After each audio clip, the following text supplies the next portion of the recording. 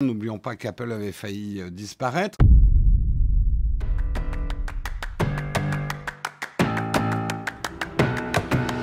Le 9 janvier 2007, Steve Jobs présentait l'iPhone au monde entier. On se souvient très bien de cette présentation, de l'effet de manche que Steve Jobs avait eu en disant « Nous sortons 3 produits, un produit mobile pour aller sur le web, un produit pour téléphoner et un iPod. » Et effet de manche, il a dit, en fait, non, on ne sort qu'un produit qui fera ces 3 choses en même temps, ce qui était une manière de présenter révolutionnaire.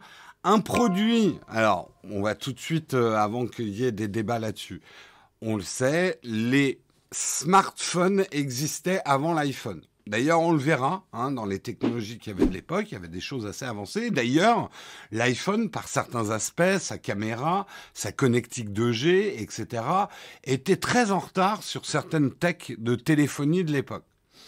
Maintenant, ce que Apple a réussi à cette époque-là, c'est à sortir un smartphone à forte valeur ajoutée. D'ailleurs, certains ont dit, mais c'est beaucoup trop cher, les gens ne payeront jamais 500 à 600 dollars pour un smartphone, quand on voit que maintenant, ils payent allègrement plus de 1500 dollars pour un iPhone. Mais bon, bref, c'est pas là le propos. C'est surtout là où le smartphone, certains l'ont vu, certains l'ont pas vu quand il a été annoncé, a changé beaucoup la donne, c'est complètement tourné vers l'expérience utilisateur, complètement tourné vers le touch. C'est-à-dire disparition du clavier physique et une expérience d'utilisation, on va dire, d'un combiné mobile de connexion sur le web qui permet aussi de téléphoner, d'écouter de la musique et de faire d'autres choses, entièrement repensé pour être manipulé en touch. Ne pas oublier d'ailleurs 2 choses sur l'époque et sur Apple. La première chose, c'est que Apple était 8 fois plus petit que ce que Apple est aujourd'hui. Apple n'avait pas du tout la dimension où l'a amené Tim Cook, la dimension d'une énorme multinationale, la plus rentable au monde, la plus valorisée surtout au monde, 8 fois plus petite en termes financiers, et probablement en termes d'employés. Apple venait de se remettre d'une quasi-disparition. N'oublions pas qu'Apple avait failli disparaître. Ça faisait quelques années quand même qu'ils s'étaient remis. Ils étaient dans le train de la hype, on va dire. Pas comme nous d'ailleurs ce matin. Mais il y avait un effet de mode qui commençait effectivement, notamment avec les MacBooks. L'iPod avait été un vrai succès, etc. Mais c'est quand même un vrai pari qu'ils ont pris en rentrant de plein pied sur le marché de la téléphonie. Et la deuxième chose à ne pas oublier, c'est que Apple a d'abord commencé à chercher l'iPad. Et c'est les recherches sur l'iPad qui ont donné naissance à l'iPhone. Allez relire l'histoire de la naissance de l'iPhone, vous verrez que j'ai raison. C'est 2 choses à observer. Depuis que Tim Cook assiste au barbecue, Apple a pris beaucoup de valeur. Exactement. Attendez, je checkais, j'ai besoin d'un petit point technique. Oui, non, ça c'est bon. Qu'est-ce qui existait comme tech à l'époque ? On va revenir 15 ans en arrière et on va regarder de quoi était fait le monde tech à cette époque-là. On avait déjà la PlayStation 3. La PlayStation 3, c'était le gros truc. Elle est arrivée en 2006, mais en 2007, on a vu des jeux Assassin's Creed Uncharted, des jeux assez énormes. La concurrence avec la Xbox 360 battait son plein. C'était vraiment la PlayStation 3 qui avait du hype à cette époque-là. Merci Monster Dra pour ton 6e mois d'abonnement, Buff des Malak pour ton 12e mois d'abonnement, Bi Pascal pour ton 12e mois d'abonnement. Merci beaucoup. Et merci Power Loutre aussi. Et merci aussi et la Gann pour ton 3e mois d'abonnement. Merci Olek aussi pour ton 21e mois d'abonnement, Olek. On applaudit. Merci M Sharpie. Mais ça, c'était avant-hier, mais merci quand même. Je reviens. PlayStation 3, le gros truc à avoir à l'époque. Qu'est-ce qu'il y avait d'autre comme techno quel était le paysage tech ? Eh bien, les SMS, le texting, c'était quelque chose en 2007. C'était le truc énorme. la mesure dans cet article montrait qu'en 2007, la moyenne pour un Américain était de 218 messages par mois. C'était assez énorme. C'est cette époque-là où on a basculé dans un usage où les téléphones ne nous servaient de moins en moins à appeler des gens, mais de plus en plus à rentrer en communication avec des gens. C'est pour ça que les boomers qui nous mettent toujours en réflexion, mais un téléphone, c'est d'abord fait pour téléphoner. Non, non, aujourd'hui, c'est un fait. Je ne suis pas en train de donner une opinion, mais on appelle de plus en plus rarement avec les téléphones. La fonction téléphone, je vais le dire honnêtement, c'est une des fonctions qu'on teste le moins quand on teste des smartphones aujourd'hui. Alors ça reste important hein, pour appeler les parents et certains appels, mais aujourd'hui on va beaucoup plus se servir de son smartphone pour rentrer en communication avec les gens, mais pas en direct vocal, quoi. Donc, Internet n'était pas encore vraiment sur les combinés, mais par contre, qu'est-ce qu'on envoyait comme message ? Et la génération de jeunes de cette époque-là savait écrire hyper rapidement en SMS, en abrégé, avec des claviers numériques. Il y avait toute une science et un art de l'écriture un peu dactylo avec les SMS. C'était la grande époque du BlackBerry. Le BlackBerry en ça était révolutionnaire avec son clavier complet qui permettait de rédiger des SMS plus intelligibles, donc plus intéressants pour le boulot, quoi. Donc tous les combinés, là on en voit un, avaient des claviers, et le top du top, c'était effectivement d'avoir des claviers alphanumériques qui permettaient de taper le plus rapidement possible des textes. Qu'est-ce qu'on avait d'autre à cette époque-là ? Vous vous souvenez peut-être pas, mais c'est l'époque où Netflix a lancé son streaming. Et ouais, ils ont commencé assez tôt quand même. En 2007, c'était encore embryonique, mais c'est l'époque où Netflix a fait vraiment la transition. Netflix, avant, était une boîte qui envoyait des DVD sous enveloppe rouge. Aux États-Unis, on l'avait pas en France à cette époque-là. Le streaming d'ailleurs de Netflix n'est pas arrivé en 2007 en France, c'est arrivé beaucoup plus tard. Mais ils ont commencé aux États-Unis à streamer des films, et certains chroniqueurs tech de l'époque se demandaient est-ce que on va retrouver cette sensation d'excitation qu'on a quand on reçoit notre enveloppe rouge du DVD qu'on a envie de regarder. Et ils étaient un peu sceptiques. Comme quoi, ça arrive de se planter. En France, c'est arrivé en 2014. Merci, Sir Newt, pour ce complément d'information. Merci, merci. Je sais, j'avais fait une vidéo quand ils sont arrivés.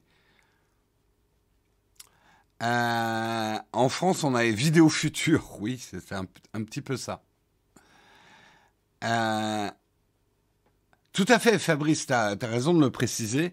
Le SMS, à l'époque, effectivement... Oh, on est dans le train de la hype niveau 3. Merci beaucoup à vous. Est né du fait qu'à l'époque, les opérateurs limitaient le nombre de caractères et facturaient le moins de dépassement de cette limite.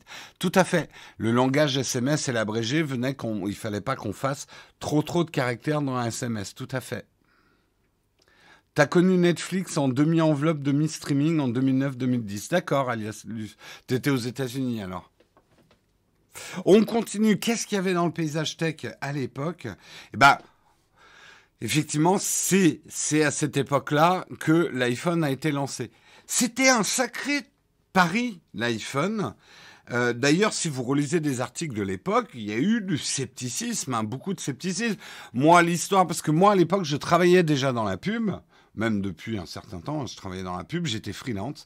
Je travaillais notamment pour une agence de pub qui bossait pour Nokia, pour Sony Ericsson, pour pas mal.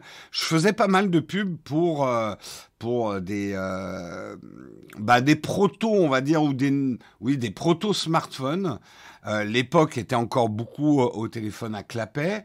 Nokia était quand même un gros leader, un leader d'influence. La mode, c'était d'avoir un Nokia quand même. Il y a eu des Nokia mythiques. Il y avait des grosses avancées technologiques dans la téléphonie à l'époque, l'arrivée de la 3G, ce genre de choses qui étaient quand même assez intéressantes. Moi, je me souviens très bien parce que le lendemain de la présentation de Steve Jobs, j'avais une réunion avec le client qui était Nokia. Et je me souviens très bien de la... Certains voyaient ce qu'Apple était en train de faire, mais alors la majorité des gens, pour pas les citer, mais on les cite de chez Nokia, disaient non mais ils vont se planter Apple, ils savent pas faire. Nous, la téléphonie, on connaît. Ils ont même pas mis de 3G dans leur combiné. Qui va s'acheter un truc à 500, c'était entre 500 et 600 dollars? Qui va acheter un truc comme ça où il n'y a même pas la 3G? Et moi, je me souviens avec Christophe, mon collègue, on était en team. On leur disait non mais le truc, regardez comment ils l'utilisent. Regardez, je me souviens, on a dit, mais regardez, ça a l'air génial, c'est magique, il n'y a pas besoin de combinaison ou d'une molette à tourner pour lancer les apps. On lance tout de suite, on appuie, ça ouvre tout de suite le truc et on a juste besoin du doigt. Il n'y a plus de clavier. Moi, j'avais vu, je me souviens très bien d'avoir dit, mais c'est génial, le clavier, du coup, on peut avoir des claviers du monde entier, il n'y a pas besoin de les traduire et de les mettre en plastique, les claviers. Et des gens de chez Nokia disaient, oui, non, mais les gens, c'est pas ça qu'ils veulent. Ben, c'est pas ça qu'ils ont voulu tout de suite, hein. L'iPhone n'a pas non plus... tout le monde ne s'est pas acheté la première génération d'iPhone. Moi, j'ai attendu le 3G pour m'acheter un iPhone. Le premier, j'y croyais pas trop. Il n'y avait pas d'app, hein. Il n'y avait pas d'app autre que les applications Apple, hein, au premier, hein. Il n'y avait pas le copier-coller. Il est arrivé très tard. Il est arrivé très tard. Donc, c'était pas gagné. C'était pas gagné. C'était un sacré pari. Même si beaucoup, quand même, disaient waouh, il faut un truc quand même super excitant. Et c'est intéressant. Et c'est intéressant. Oui, oui, c'est facile de dire aujourd'hui que les sceptiques se sont trompés. Moi, pour être chroniqueur tech, c'est pas évident d'analyser la réussite. Tu vois, aujourd'hui, bah, moi, je m'avancerai pas trop sur la réussite des écrans pliants. On en parlera tout à l'heure. Je pense qu'ils vont pas disparaître. Je pense pas non plus que tout de suite, en tout cas, tous les smartphones vont être pliants, par exemple. C'est le 3GS, oui. Le premier, moi, c'était le 3GS, oui. J'ai dit 3G, mais c'était le 3GS. C'est pas que l'App Store, la vraie révolution. Il y avait quand même, même dans le premier iPhone, les éléments d'une révolution. Qu'est-ce qu'il y avait d'autre comme techno? On en était où au niveau de la robotique? Waouh, nous sommes dans le train de la hype. Merci, merci à tous. Pourquoi d'ailleurs mon truc c'est... alors attendez, je fais une petite vague de remerciements rapidement. Bipascal, merci, 12e mois. Buff Malak, 12e mois. Monster Dra, 6e mois. Artragis pour ton premier mois, Dantologue, merci pour ton 18e mois, Greg versus MJ pour ton 3e mois, merci Elf qui a envoyé 100 bits, et merci Munchkin pour ton 4e mois d'abonnement, merci, merci beaucoup. Où on en était au niveau robotique? Eh ben, vous en souvenez peut-être pas, mais en 2007, c'était Asimo. Asimo, le robot dont tout le monde parlait, qui dansait un petit peu bizarrement, qui s'était cassé la gueule dans des escaliers, qui pouvait shooter dans un ballon de foot. Et c'était ça la robotique. Est-ce qu'elle a tellement évolué en 15 ans? Oui, bien évidemment au niveau des mouvements, si tu regardes Boston Dynamics. Est-ce qu'on a des robots chez nous? On a des proto-robots pour l'instant, mais on n'y est pas encore, hein, du petit robot qui nous assiste, qui va faire la vaisselle, tous ces fantasmes autour du robot, on n'y est pas encore. Le grand avènement de la robotique n'a pas encore eu lieu 15 ans après. Qu'est-ce qu'on avait? Le jeu à la mode à l'époque, c'était Halo 3, hein, souvenez-vous quand même, Halo 3 cartonnait à l'époque. C'était la grande vengeance de l'Xbox sur la PS3. On a des robots, ouais, on a des robots aspirateurs, c'est vrai, c'est vrai. Où en était Facebook il y a 15 ans? Parce qu'ils étaient déjà là depuis un certain temps. Ben, Facebook atteignait un chiffre énorme pour l'époque de 20 millions d'utilisateurs. C'était juste 3 ans après que Mark Zuckerberg avait hacké le programme de Harvard. Donc c'était quand même un petit peu, pas les débuts de Facebook, puisque Facebook commençait à devenir grand. Et c'était déjà valu 1 trillion. Et ça valait déjà 1 milliard de dollars en évaluation boursière. On pouvait poker ses amis hein, à l'époque. Hein. La bonne époque du poke, pas du tout cringe, où tu pokais les gens après une soirée. Ah, la grande époque où Facebook était encore innocent. Et surtout, c'était la grande époque où Facebook était encore cool. Hein, ce qui n'est plus du tout 15 ans après. 20 millions, maintenant ça a largement dépassé, je ne sais plus à combien, on est à plus de 3 milliards, je crois, d'utilisateurs Facebook. Mais c'était assez... n'oublions pas, on va en parler justement, c'était l'époque encore, MySpace était beaucoup plus puissant que Facebook. Mais d'abord, on va parler du MacBook qui à l'époque cartonnait, hein, le MacBook blanc. Est-ce que vous vous souvenez du MacBook blanc? C'était vraiment le MacBook à avoir. Il était trop classe, en vrai blanc comme ça. On disait pas cringe à l'époque, c'est vrai aussi. Enfin, si, on le disait aux États-Unis, mais on l'avait pas exporté, cringe. On parlait encore français, hein, il y a 15 ans, monsieur. On regardait les films sur un Narcos. Moi, j'avais un Narcos, effectivement, il y a 15 ans. Effectivement. Tu l'as toujours, ouais, ce MacBook blanc, beaucoup de monde l'a eu. C'était vraiment le Mac à avoir pour être dans le coup. Hein. Core 2 Duo. Ah ouais, carrément. Qu'est-ce qu'il y avait d'autre il y a 15 ans?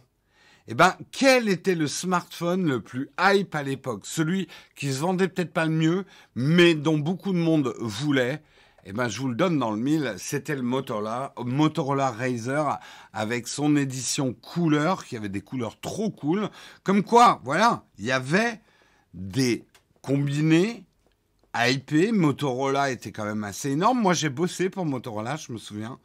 Le Razr, c'était vraiment le téléphone des décideurs. Enfin, c'était le truc. Si tu n'avais pas un BlackBerry, il fallait au minimum avoir un Razr. Qui était vraiment... D'ailleurs, ils en ont sorti une version pliant en 2019 pour essayer de retrouver un petit peu la hype autour de... C'est vrai qu'il est... Alors, en tant qu'objet, il était vraiment cool, le Razr. Pour l'avoir eu en main, moi, j'en avais pas. J'avais un Nokia à l'époque. Mais le Razr était vraiment cool, quoi. On a reçu un émoticône chouchou pour le train de la hype. Pourquoi j'arrive pas à l'envoyer? Parce que je suis pas sur le bon clavier. Hop. J'ai toujours cru que BlackBerry avec le clavier, que c'était... Bah, le BlackBerry était très hypé hein, aussi. Mais ça coûtait cher, hein, le BlackBerry, hein, je crois. Disons qu'avec un BlackBerry, tu faisais vraiment patron. Le Razr, c'était vraiment pour les gens, les hipsters. Comment on disait à l'époque? On disait bobo déjà. Ça fait un bon bout de temps qu'on dit bourgeois bohème. Bobo, ça veut dire bourgeois bohème, hein, pour ceux qui ne savent pas. Mais c'était pas vraiment le téléphone des bourgeois bohèmes. C'était vraiment le truc un peu frime. BCBG, ça avait disparu depuis longtemps, on disait plus ça. On disait pas encore hipster, je crois, il y a 15 ans.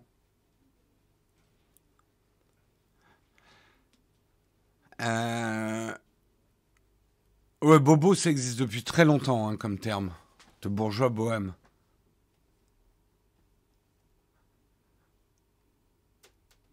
Patron ou journaliste, ouais. Qu'est-ce qu'il y avait aussi il y a 15 ans? Eh ben, 15 ans, c'était les débuts d'Android. Android qui n'appartenait pas encore à Google, si je ne crois pas me tromper.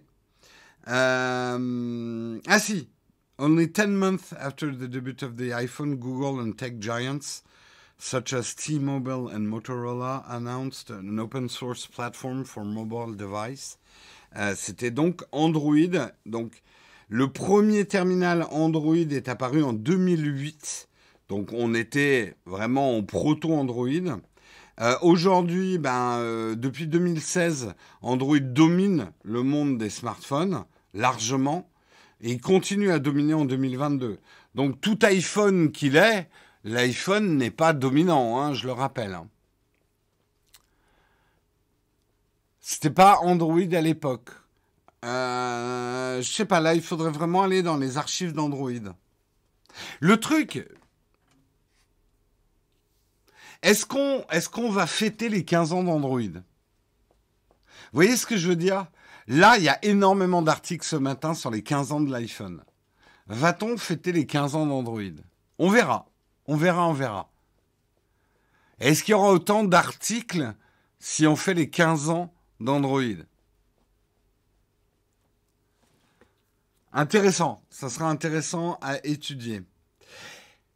Vous vous en souvenez peut-être pas, mais il y a 15 ans, Twitter était déjà là. En tout cas, ils ont été lancés en 2006, Twitter, au South by Southwest, SXSW, le salon du Texas, très très à la mode. Et ils avaient à l'époque, Dodgeball était un peu l'application proto-Twitter. Ils se sont fait balayer par Twitter. Justement au festival où ils ont été lancés en 2007 au South by Southwest, ils avaient atteint 60 000 messages pendant le festival, ce qui a complètement bouleversé la donne. Twitter était vraiment, il faut pas oublier un truc, c'est que Twitter est plus né des SMS que d'Internet ou de la mobilité. Twitter mobile et tout ça, c'est arrivé un peu après. Twitter était un peu une façon de dire « Ouais, on paye trop cher nos SMS, on va faire des SMS sur Internet. » 2006, moi, je pensais que c'était plus tard, Twitter. Mais après, la hype de Twitter, en tout cas en France, elle a pris plus tard. Moi, je me souviens d'avoir fait une émission en 2009 avec les Scuds, à l'époque. Les plus vieux d'entre vous s'en souviennent. Je faisais une émission qui s'appelait Scuds, Geek à tête chercheuse. Et on avait fait tout un sujet... Twitter va-t-il durer? On n'était pas sûr que Twitter prenne vraiment. C'était en 2009, ça.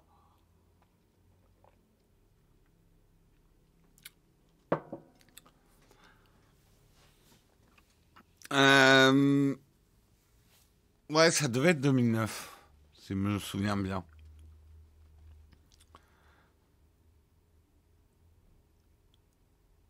AOSP, c'était en novembre 2007, donc on saura vite si on fête les 15 ans d'Android, ouais. Ah, Pierrot, il se souvient des Scuds. Eh oui. Scuds, pour ceux qui connaissent pas, avant de fonder Nowtech,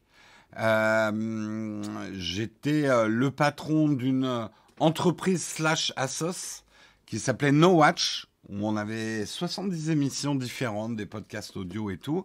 Et moi, je présentais plusieurs émissions, mais les plus connues sont Scuds, que je présentais avec Philippe et Arnaud, qui était une espèce d'émission. On était sur le canapé, on buvait du rhum, et on parlait de pop culture, de tech, de films de super-héros, de trucs comme ça.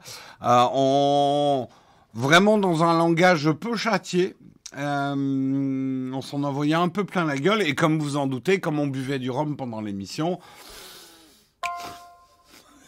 c'était très, très radio libre, on va dire. Voilà. C'était ça le concept de l'émission. Alors, vous verrez probablement jamais des extraits parce qu'alors à l'époque, je peux vous dire que les ayants droit... On foutait de la musique à fond, des morceaux entiers, des extraits de 20 minutes de film. On n'en avait rien à foutre. On était sur Dailymotion, je me souviens à l'époque. On est arrivé plus tard sur... Et alors, quand j'ai essayé de réuploader les anciens Scuds sur YouTube, je me suis pris un torrent de panneaux rouges, laisse tomber, quoi. Impossible à rediffuser. Impossible à rediffuser. Il y avait Geeking, quoi, aussi, à l'époque. Bon. Mais ça, on n'était pas encore là en 2007, parce que nous, on a commencé très exactement en 2009 avec NoWatch. 2009. Le ton était fabuleux. Pour en avoir revu récemment, ça n'a pas si bien vieilli, hein. Pierrot, les Scuds.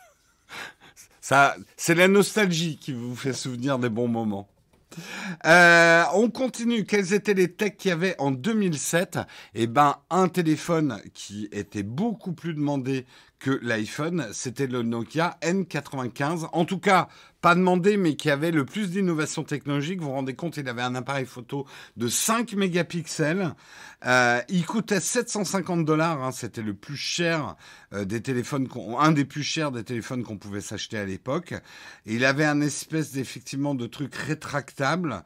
Je me souviens pas du tout de ce téléphone. Pourtant, j'ai dû en faire la pub. Mais pour vous dire comme ces téléphones étaient... Regardez le nombre de boutons qu'il y avait, rien que pour naviguer dans l'interface. Ça ressemble quand même plus à de la télécommande de télé. Et en ça, on comprend que l'iPhone ait triomphé. Il fallait, pour savoir utiliser ça, fallait des notices encore, hein, et de l'entraînement. Hein.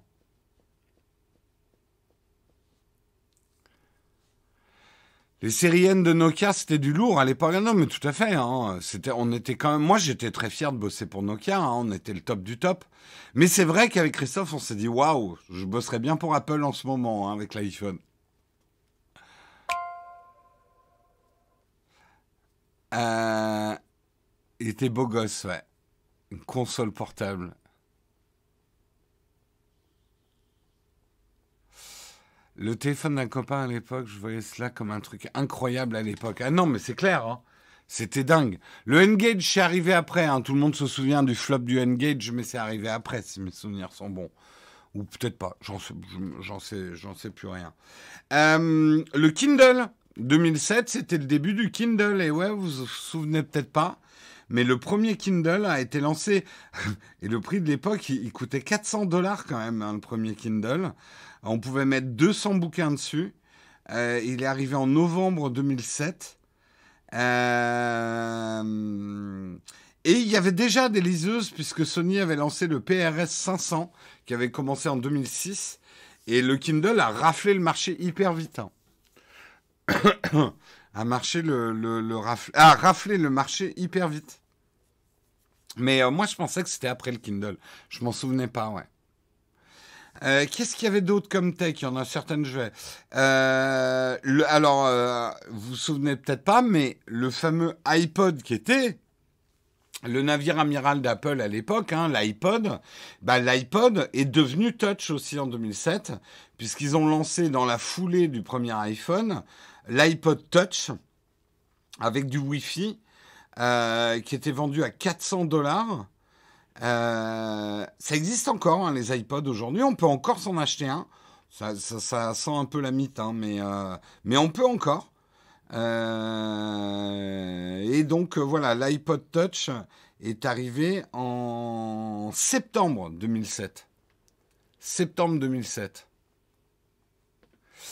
Qu'est-ce qu'il y avait d'autre comme tech? Je crois que c'est à peu près tout. Ah si, si. On va terminer avec ça. On parlait de Facebook l'autre jour. Mais en fait, le gros truc, en tout cas aux États-Unis, à l'époque, mais en France aussi, hein, il y en avait un. Moi, j'avais un MySpace. Hein. MySpace, c'était 65 billions, c'est milliards.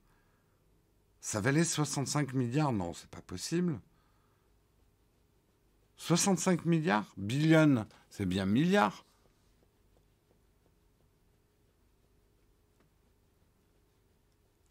Et où je me souviens, ils n'ont pas vendu. Il y avait encore... Ouais. Donc, ça valait déjà cher. Hein. Avec 185 millions d'utilisateurs. Facebook n'en avait que 20 millions à l'époque.